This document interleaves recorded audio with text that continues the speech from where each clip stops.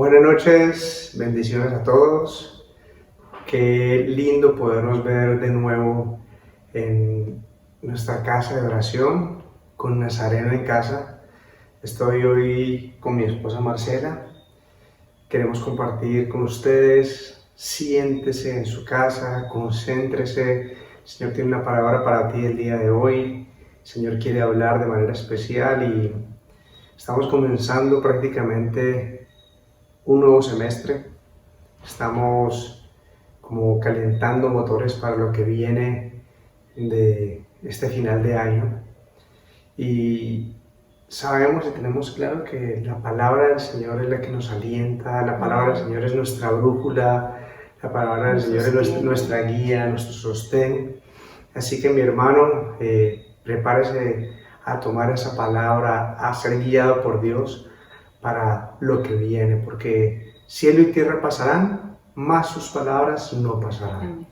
Vamos a orar para comenzar. Yo quiero invitar a mi esposa Marcela para que ella pueda dirigirnos una palabra de oración y usted disponga su corazón, que el Señor quiere hablarnos. Bueno, muy buenas noches, bendiciones a todos. Hoy les pido que allí donde estén puedan desconectarse un poquito de todo alrededor para que se concentre, como decía mi esposo, y podamos estar en un tiempo donde le dediquemos ese tiempo al Señor. Yo quiero que cierre sus ojitos allí donde está, Padre Celestial. Hoy venimos delante de tu presencia, Señor Jesús, te pedimos que tú tomes el control, Padre Celestial, de cada uno de los corazones que hoy está escuchando este mensaje. Padre Celestial, te pido que la semilla que hoy, Padre Celestial, tú vas a lanzar caiga en buena tierra y de fruto al 100% en la vida de cada una de estas personas, Señor.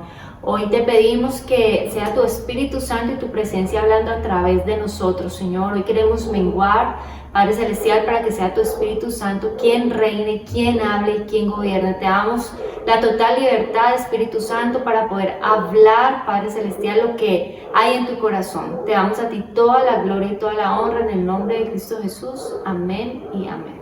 Y amén. Vamos a entrar entonces en la palabra.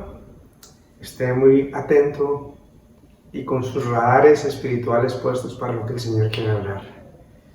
Hoy queremos hablar de una condición humana o una enfermedad con la que todos nacemos y padecemos de una u otra forma. Esa enfermedad se llama ceguera espiritual. Yo creo que desde que abrimos nuestros ojos en la tierra, nacemos con esta condición, con esta parte espiritual cegada, tal vez por el mundo en tinieblas en el que vivimos o por nuestra propia condición de nuestra naturaleza pecaminosa. Y esa ceguera espiritual consiste en no poder ver lo que Dios es. ¿Cómo es Dios? Dios es bueno, Dios es santo, Dios es poderoso, Dios es grandioso. Es no poder ver lo que Dios es. A muchos les cuesta creer que hay un Dios, a muchos les cuesta poder ver a ese Dios de amor, a ese Dios que es compasivo, misericordioso, pero también esa ceguera se manifiesta en no poder ver lo que Dios hace. Y de una otra forma eso nos hace dudar de Él, eso nos hace dudar de lo que Él puede hacer aún viendo sus manifestaciones, viendo lo que Él puede llegar a ser. Dudamos de eso o nos cuesta creerlo. Y no solamente lo que Él hace en nosotros, sino lo que Él hace en el mundo. La palabra de Dios dice en los Salmos: los cielos cuentan la gloria de Dios. El firmamento, cuando tú ves la creación te habla de que hay un Dios vivo, te habla de que hay un Dios que está en medio de nosotros. Pero bueno, estamos ciegos en las realidades espirituales, estamos ciegos aun cuando vamos a la iglesia, aun cuando alguien nos habla de Dios, hay una ceguera espiritual. Y quisiera leer Marcos capítulo 8, donde Jesús habla algo de esto. Capítulo 8, versículo 17. Dice: al darse cuenta de esto, Jesús les dijo, ¿por qué están hablando de que no tienen pan? ¿Todavía no ven ni entienden? ¿Tienen la mente embotada? ¿Es que tienen ojos pero no ven y oídos pero no oyen? ¿Acaso no recuerdan? Ahí el Señor les está confrontando con que parece que están ciegos, parece que no entienden, parece que están con un velo que les impide ver lo que está pasando. Y él aquí les menciona 2 milagros que él había hecho de seguida en el tiempo, 2 milagros muy parecidos que los podemos ver en Marcos y en algunos de los evangelios, que usted los ha escuchado, pero hoy se los queremos recordar. El primero de ellos está en el versículo 19, y dice, Jesús después de cuestionarlos les dice, cuando partí los 5 panes para los 5,000, ¿cuántas canastas llenas de pedazos recogieron? 12 respondieron. Esa es la tan conocida historia del niño que dio 5 panes y 2 peces, y el Señor hizo un milagro de multiplicación y alimentó a 5,000. Y esos 5,000 pudieron haber sido muchísimos más porque solamente contaban los hombres, sin contar mujeres ni niños. El Señor los cuestiona y les hace responder. Ellos vieron lo que pasó. Y luego dice el versículo 20, y cuando partí los 7 panes para los 4,000, ese es el segundo milagro, que también fue de multiplicación de alimentos, ¿cuántas cestas llenas de pedazos recogieron? Ellos contestaron, 7. Entonces concluyó, ¿y todavía no entienden? Y hoy esa es una pregunta tremenda la que les hace Jesús, esa confrontación. Ustedes vieron, pero todavía no entienden, todavía no ven espiritualmente lo que está pasando, lo que el Señor estaba haciendo. Perdón, mira que es interesante porque ellos físicamente vieron 2 milagros muy similares, pero espiritualmente todavía no habían entendido lo que físicamente habían visto. Entonces son 2 milagros de multiplicación, de uno de 5,000 y otro de 4,000, y ellos estuvieron presentes allí y físicamente sí lo vieron, pero Jesús les dice allí, pero no han entendido todavía. O sea, está hablando de esa ceguera que tú estás mencionando, esa ceguera espiritual, que aunque físicamente ves, tus ojos como del espíritu están cegados. Cegados, sí. Y miren que en el versículo 17 la palabra que Jesús usa para referirse a mente embotada, o en la versión Reina Valera lo menciona con endurecido vuestro corazón. La palabra griega usada ahí es poró, que significa petrificar, formar callos, hacer duro, es algo duro. La palabra se usa para señalar la ceguera y la sordera espiritual que tenían ellos en ese momento. Cuando el Señor les habla, les está hablando, ustedes están duros, ustedes están endurecidos, ustedes como que no les entra, en otras palabras. Y miren que estos son aquellos que escuchan el Evangelio del Señor y reiteradamente se resisten ante la verdad de Dios. Y de una otra forma, Jesús en otras palabras estaba diciendo, ustedes se vuelven como torpes, pierden el poder del entendimiento de lo que yo estoy hablando, de lo que yo quiero decirles. Y miren que es muy importante meditar en ese tema porque tal como fue en la época de Jesús, la ceguera espiritual es una realidad del día de hoy. Por eso hoy queremos hablar de esto.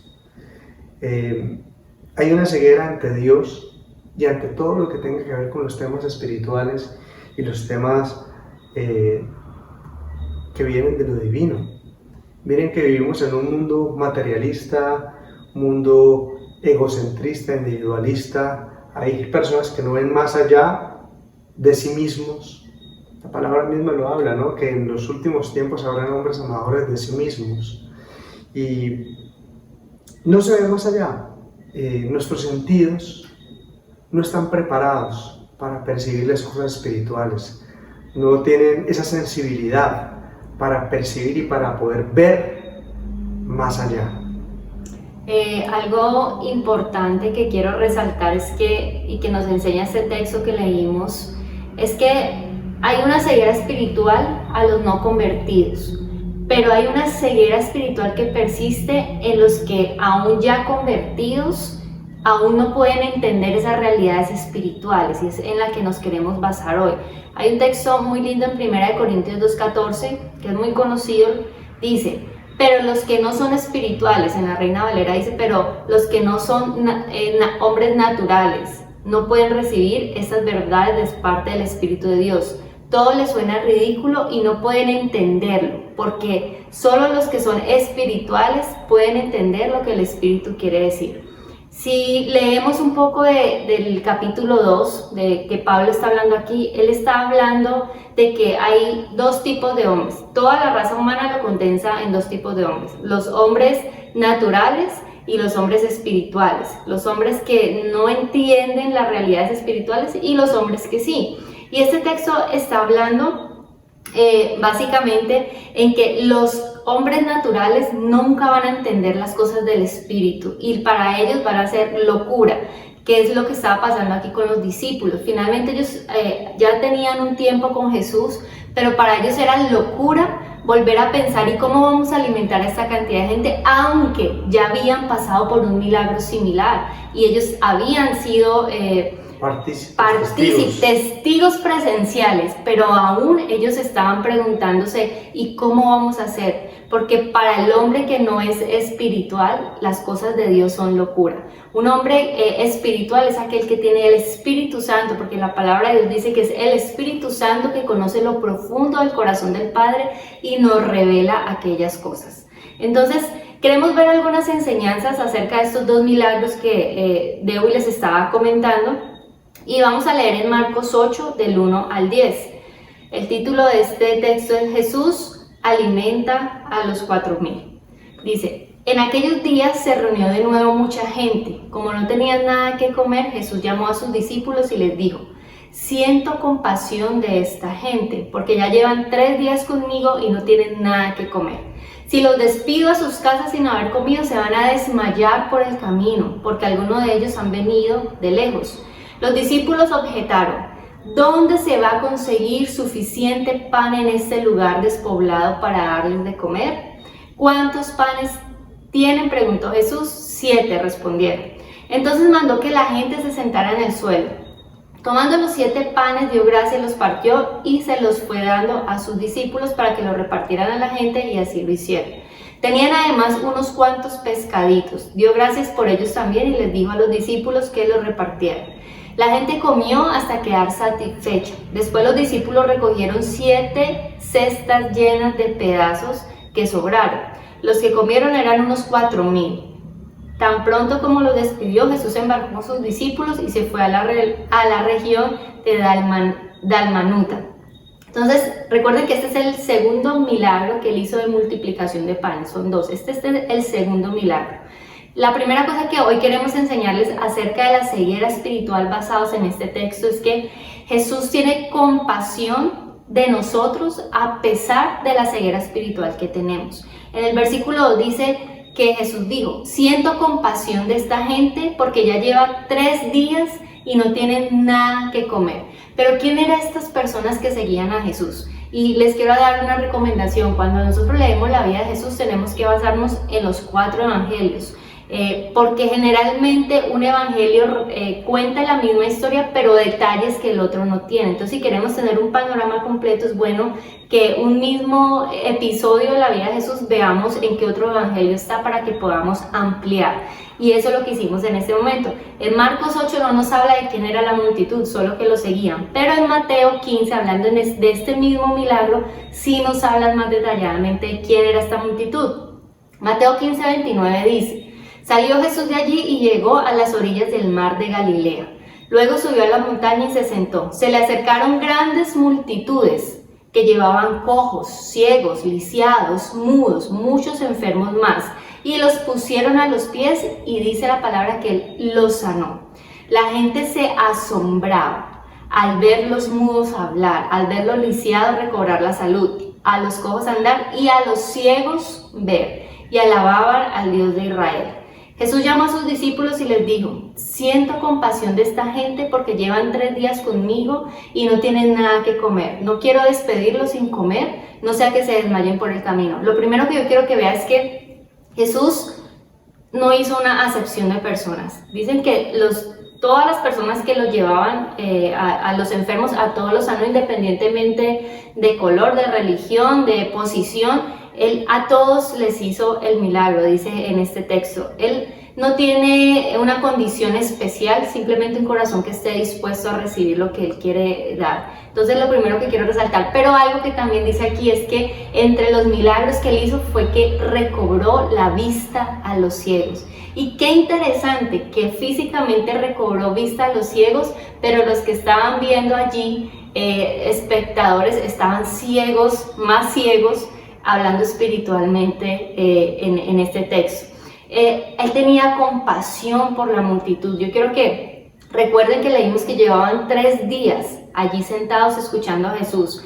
Los comentaristas hablan de que fueron 3 días donde no comieron, 3 días de ayuno, porque el lugar geográficamente donde ellos estaban era un desierto, entonces no tenían ni siquiera agua cercana para poder comer. Entonces son 3 días que ellos llevaban sin comer, todos, aún incluyendo Jesús, no tenían comida. Cuando Jesús dice, los discípulos dicen pues que se vayan, Él dice no, porque yo sé que si ellos se van a desfallecer en el camino, van a desmayarse, porque la distancia de donde Él estaba hacia el pueblo donde esta gente pertenecía era bastante, y mientras caminaban sin fuerzas porque no habían comido, lo más seguro es que iban a desmayar por el camino.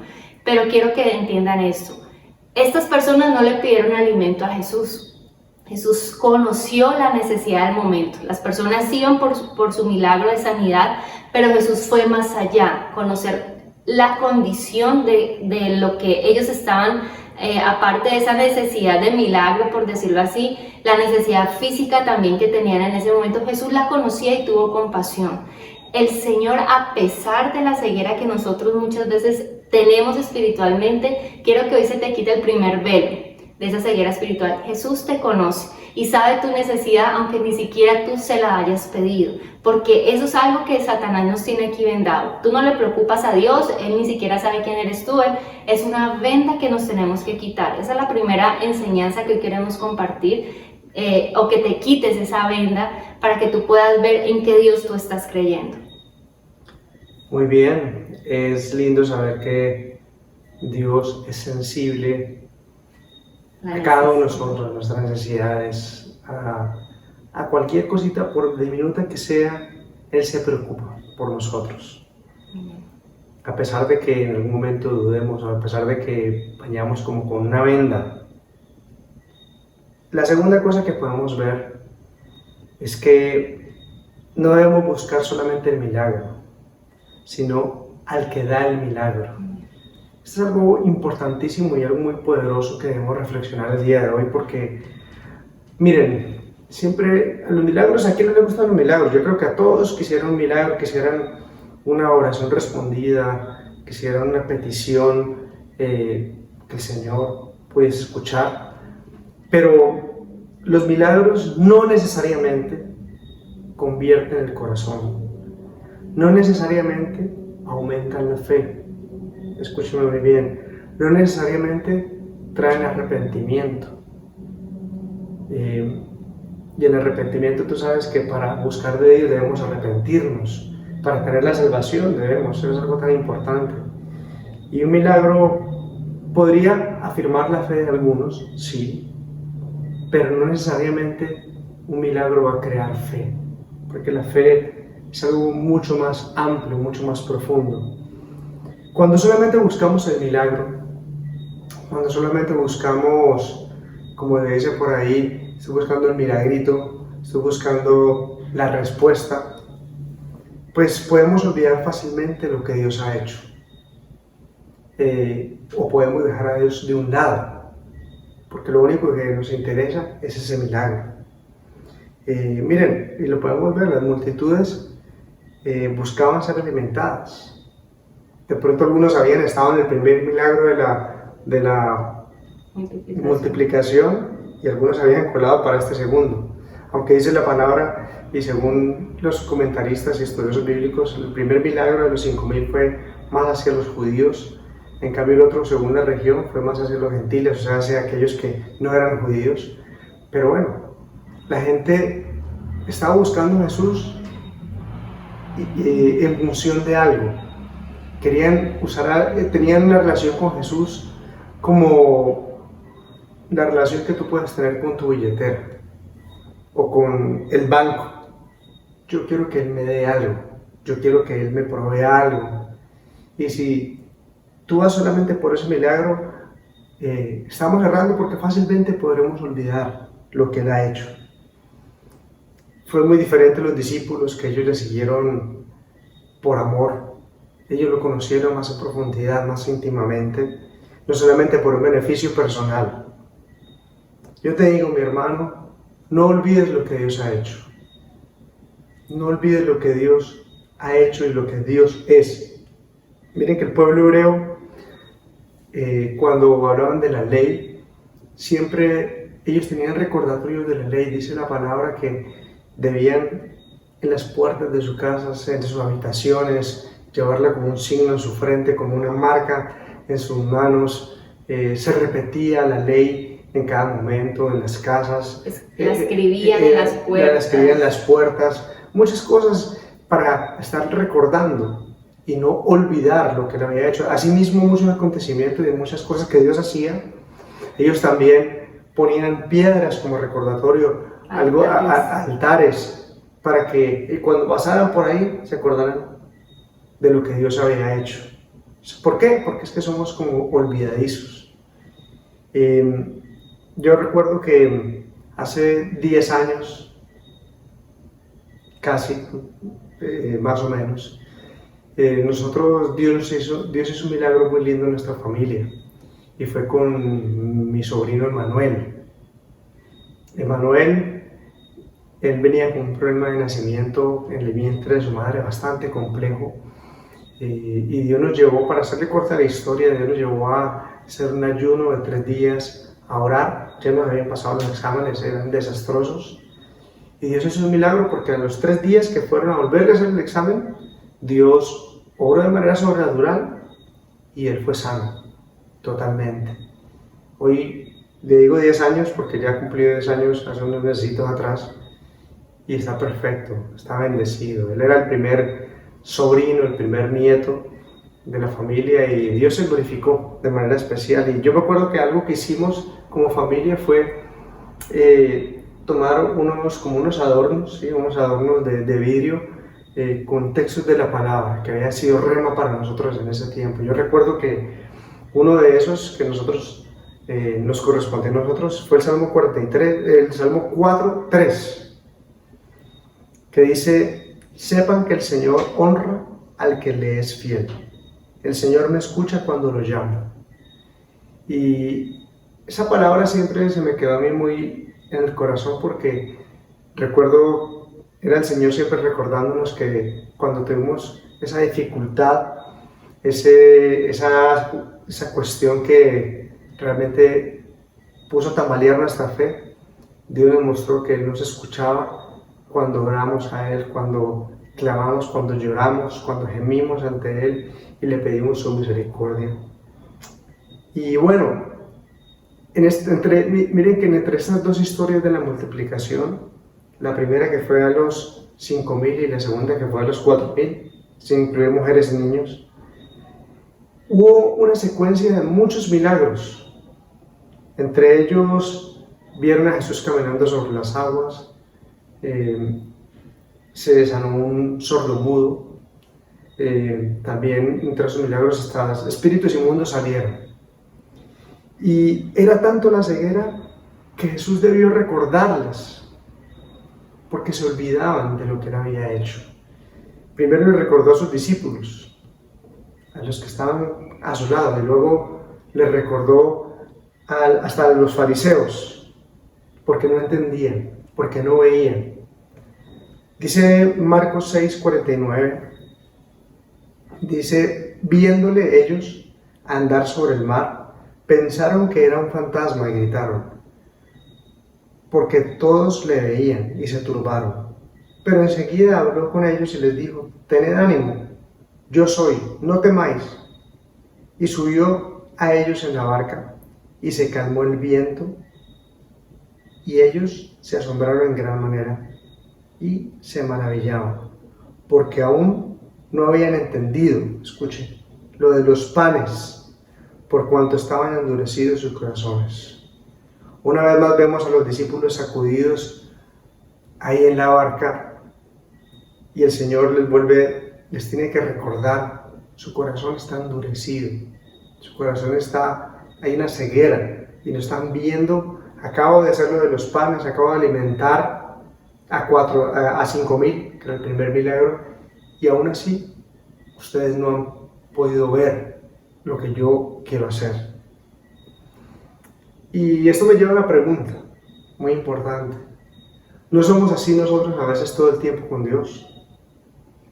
Tenemos memoria de las grandiosas obras de Dios, de lo que Él hace, pero dudamos de su poder, dudamos que Él lo pueda volver a hacer.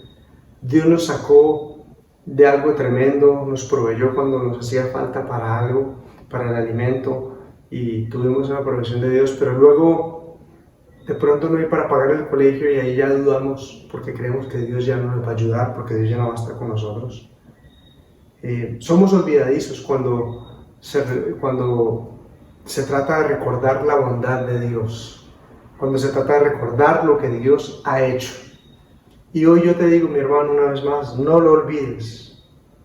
Lo bueno es que, a pesar de que nuestra naturaleza es olvidadiza, el Señor es bondadoso. Así como Marcelo lo hablaba en el primer punto, yo quiero regalarle un texto en el Salmo 86:15, dice: pero tú, Señor, eres un Dios compasivo y lleno de piedad, lento para la ira y abundante en misericordia y fidelidad. Entonces nuestro desafío, mis hermanos, es que confiemos en la soberanía de nuestro Dios. Confiemos en Él, pero para confiar en Él tenemos que conocerle íntimamente, de todo corazón, y no solamente buscar un milagro, es buscar al que hace el milagro, no el milagro por sí solo, porque el milagro un día tú lo puedes tener y te olvidas del Señor, y Él es el que yo prefiero tener al Señor, que es el que todo nos da, el que nos da salvación, que nos da su amor, el que nunca nos fallará, que solamente llenarme por un día de algo, tener una cosa solamente. Busca al Señor, no busques el milagro. Amén. Y sería interesante pensar de toda esa multitud que hablamos ahorita, que tuvieron su milagro, ¿cuántos después de eso lo siguieron? Porque realmente eran multitudes que lo seguían, pero no todos realmente se convertían. Una cosa es que recibían un milagro y otra cosa era la conversión de ellos. Por eso es tan importante que entendamos que un milagro no necesariamente convierte ni trae arrepentimientos. Y mira que esa multitud que hoy buscaba un milagro, al tiempo después estaba crucificándole, porque no habían tenido un verdadero encuentro con Él, solamente habían visto solamente un milagro, algo muy superficial. Y es donde hoy debemos preguntarnos y analizar y profundizar en este tema. Bueno, el tercer punto que queremos compartirles de la ceguera espiritual es que hay una pregunta que Jesús le hace a ellos. Jesús le pregunta qué es lo que tienen y ellos se preocupan por lo que le hacían falta. En el versículo 4 dice: los discípulos objetaron: ¿dónde se va a conseguir suficiente pan en este lugar despoblado para darles de comer? Jesús no les dice de dónde, Jesús solo contesta con otra pregunta. ¿Cuántos panes tienen?, les preguntó Jesús. Entonces, este era, como habíamos hablado, es un lugar desértico, pero la pregunta que le hace Jesús no fue una contestación a la pregunta de ellos, sino que fue como una contraparte. Ellos le dicen: ¿de dónde vamos a alimentar? Y Jesús viene y le dice: ¿qué tienes en tu mano? ¿Qué tienen ustedes para yo saber el milagro que yo voy a hacer? Y tal vez a nuestros ojos lo que nosotros tenemos en la mano puede ser algo insignificante, algo sin valor. Decimos, no, pero pues esto no es nada. Pero hoy te quiero decir algo. Lo poco en las manos del Señor siempre va a traer multiplicación y ojalá te puedas llevar eso en tu mente. La ceguera espiritual no te deja ver que lo poco Dios lo puede multiplicar. La ceguera espiritual no te deja ver que lo que Dios ha colocado hoy en tu mano, Dios lo puede utilizar como herramienta para cumplir el propósito que Él tiene en tu vida. Los discípulos no entendían esto aunque ya habían pasado. Ellos habían cogido ese pan del primer milagro, lo habían repartido y aún así estaban tan ciegos que volvieron a hacer la misma pregunta. Estaban más preocupados por lo que les hacía falta que por lo que tenían. Y muchas veces nosotros tenemos esa misma conducta. Nos preocupamos por todo lo que nos hace falta y no nos damos cuenta de lo que tenemos. Y que eso que tenemos poco en las manos del Señor, Dios lo va a multiplicar. A veces pasamos la vida diciendo cuando tenga dinero, cuando alguien me regale esto, cuando me gane la lotería, entonces, y no nos damos cuenta que no necesitamos ese entonces. Si le ponemos lo poco que tenemos, confiamos, nos quitamos la venda y vemos a qué Dios le estamos creyendo, que en las manos de Él se puede multiplicar. De hecho, en el primer milagro, ¿quién dio algo? Un niño que ofrendó lo que tenía, que eran 5 panes y 2 peces, y Él lo multiplicó. Lo poco que tenía ese niño en las manos de Jesús fue multiplicado. Yo quiero dar unos ejemplos. A lo largo de la Biblia hay muchos ejemplos acerca de eso, pero quiero compartir 2 que tengo más presentes. La primera fue Moisés. En Éxodo 4:2 dice, Dios le está preguntando a Moisés, ¿qué tienes en la mano?, preguntó el Señor. Una vara, respondió Moisés. Miren, esa vara, que era un palo literalmente, no tenía nada, era una vara. Dios viene y le dice a Moisés, dime qué tienes en tu mano. ¿Saben por qué le hace esa pregunta? Porque ya Dios le había dicho que Él iba a libertar al pueblo de la esclavitud. Y no vino a ponerle a una armadura a Moisés, ni a darle poderes sobrenaturales, no. ¿Qué tienes en este momento, Moisés? Moisés se dijo, lo único que tengo en este momento es una vara. Ok, esa vara yo la voy a utilizar. ¿Qué pasó con esa vara? Esa vara le sirvió a Moisés cuando se presentó donde Faraón para demostrar el poder de Dios, cuando él la tiró y se convirtió en serpiente. Cuando los otros magos de Faraón tiraron sus varas que también se convirtieron en serpientes, esa vara de Moisés convertida en serpiente devoró a las otras y se demostró el poder de Dios. Esa vara le sirvió a Moisés con el poder de Dios cuando vinieron las plagas sobre Egipto. Y esa vara el Señor le dijo, toca el mar, y el mar se convirtió, el río se convirtió en sangre. Esa vara le sirvió a Moisés en otra ocasión. Rojo. En 3 cosas específicas, esa vara le sirvió a Moisés para que mostrara el poder de Dios en su vida. ¿Qué te quiero decir con esto?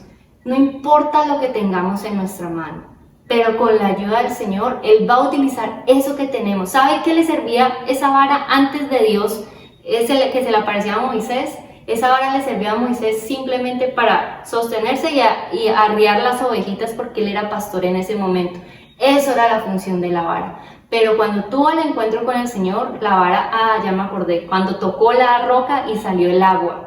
Fue la tercera vez que la vara fue utilizada para demostrar el poder de Dios. Entonces, miren lo poco en las manos del Señor. Otro ejemplo, Elías, cuando el Señor le dice, ve a la casa de la viuda que ella te va a alimentar, Elías va y le dice a la viuda, ¿qué tienes en tu casa? Escuchen la pregunta que siempre hace el Señor y que hoy te está haciendo a ti. ¿Qué tienes en tu casa? ¿Qué tienes en tu mano? No, pues nada más esto. Ok, nada más no. Eso en las manos del Señor se va a multiplicar. Es momento de que las vendas sean quitadas, que tú confíes en el Dios poderoso de Israel, que tú no solo estés de espectador viendo milagros con tus ojos físicos, pero todavía ciego espiritualmente y no poderte parar firmemente en la palabra del Señor, porque todavía dudas del poder de Dios que puede hacer en tu vida. Cuando Elías fue a esta casa, le dijo a la viuda, ¿qué tienes en tu casa? Le dijo, no, tengo un poco de harina y un poquito de aceite. Ok, empieza a traer vasijas porque eso se va a multiplicar, y finalmente así fue. Lo poco en las manos del Señor siempre se va a multiplicar. Hoy yo les quiero dejar con todo mi corazón eso. ¿Qué tienes en tu mano? El Señor siempre quiere traer bendición a tu vida. Pero realmente hay mucha ceguera de parte de nosotros todavía espiritualmente, que hoy el Señor hizo un milagro y mañana otra vez estamos dudando. Recuerden que la fe que te sirvió para tu día hoy no es la misma fe que te va a servir mañana. Tú la tienes que renovar en la presencia. Por eso no podemos seguir a Jesús solo por lo que Él nos da, sino por lo que es. Esa es la verdadera adoración, cuando tú conoces a Dios y lo adoras por lo que Él es, no por lo que te puede dar. Vas a ver cosas sorprendentes en tu vida. Pero mientras hayan velos, mientras haya esa ceguera, ese endurecimiento del corazón, como lo estaba hablando Dewi, que Jesús les habló a los discípulos, es que ustedes todavía tienen el corazón tan duro que no pueden ver que yo soy el Hijo de Dios, no pueden ver que ven físicamente todos estos milagros, pero los ojos de su espíritu están ciegos totalmente. Que no nos pase a nosotros, hermanos, que veamos los milagros que hace con todo el mundo, pero que dudemos, aún milagros que hace con nosotros mismos, pero que aún en nuestro corazón haya duda y que estemos vendados por no querer dar pasos de intimidad con Él. La manera como se quitan las vendas es sentarse a la mesa del Padre, es la única manera, cuando tú puedes conocer, cuando puedes ir más allá en intimidad. Definitivamente necesitamos conocerle más, intimar más con Él. Ahora que di el ejemplo del banco, no es lo mismo que tú vayas al banco a ver si te hacen un préstamo o te hacen algún tipo de descuento o algo, que tú ser amigo del dueño del banco y tener una relación con él sin ningún interés. Ni intermediarios. Sin intermediarios, y que él decida en algún momento, mira, yo quiero ayudarte porque sé que tienes necesidad, aún sin ni siquiera pedirle. Definitivamente estos días que llevamos ya más de 4 meses durante esta cuarentena, la pandemia, traído crisis económicas, dificultades, y muchos, a pesar de que habían visto la obra del Señor, lo que el Señor estaba haciendo, lo que el Señor hizo en su familia, muchos han llegado a dudar de Él o han renegado de Él. Yo te invito a que te vuelvas al Señor, le pidas perdón, y hoy yo creo que todo radica también en el conocimiento que tengamos de lo que Dios es, de su soberanía. Cuando tú sabes que tienes un Dios fiel, a pesar de que tú estés en lo que estés, tú sabes que Él va a ser fiel. Confiamos. Vas a confiar, vas a recordar. Pero si tú solamente fuiste a la iglesia por el milagrito, se te dio o no se te dio cuando tú querías, pues te olvidaste de ese Dios que ni siquiera sabes que es fiel, ni siquiera sabes nada más. Conocimiento profundo del Señor, y no dejes que las pruebas y las cosas que estamos pasando apaguen tu fe o no te permitan ver lo que Dios está haciendo, lo que Dios puede hacer. Porque por naturaleza vamos a aprender a dudar, vamos a aprender en un momento a no ver, así las cosas estén aquí. Así tú te levantes y veas el cielo que te está mostrando la gloria de Dios cada mañana. Así veas la naturaleza que por sí sola habla y tantas cosas que nos muestra el Señor diariamente. Así que vamos a orar en este momento para que el Señor pueda abrir nuestros corazones y pueda quitar esos velos que en algún momento hay en nuestra vida. Cierra tus ojos ahí donde estás, dispón tu corazón.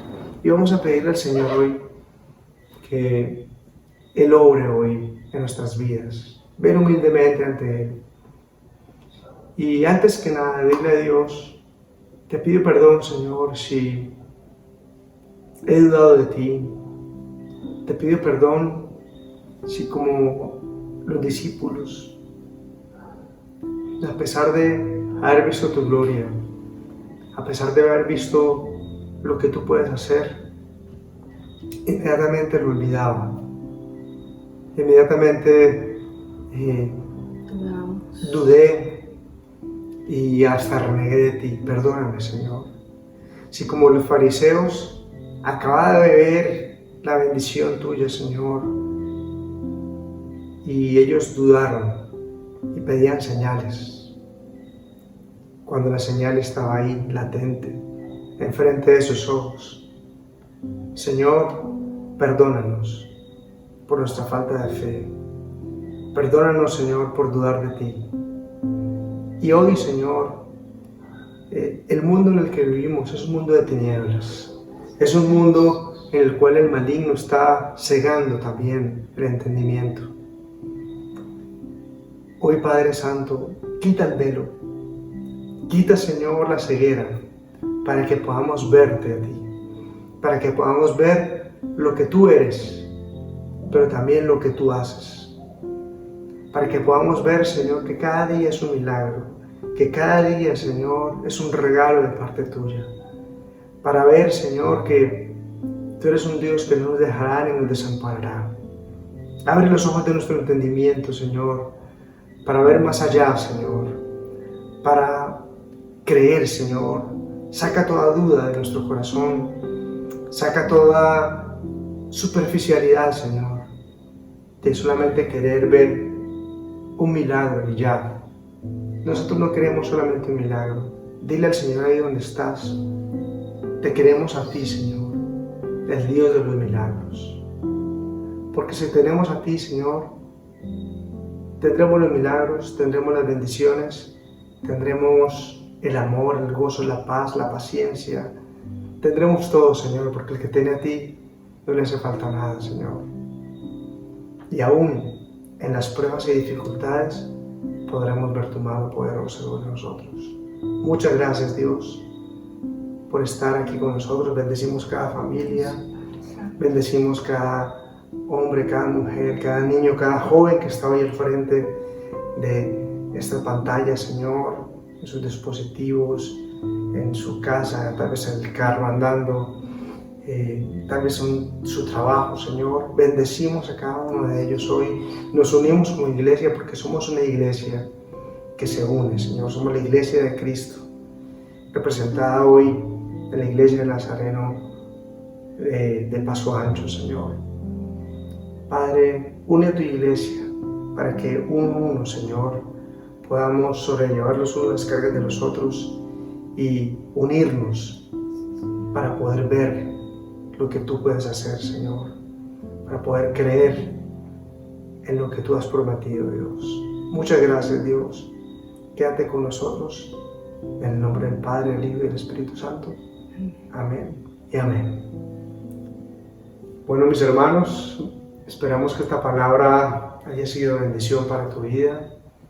Esperamos que esta palabra, a veces hay palabras que nos confrontan y que a veces no nos gustan mucho, pero son palabras que en algún momento necesitamos en nuestros corazones. El mismo Jesús, con esa multitud que lo seguía y que vio los milagros, en algún momento esa multitud dejó de seguirle, porque aunque la palabra los confrontaba, ellos no querían seguirle.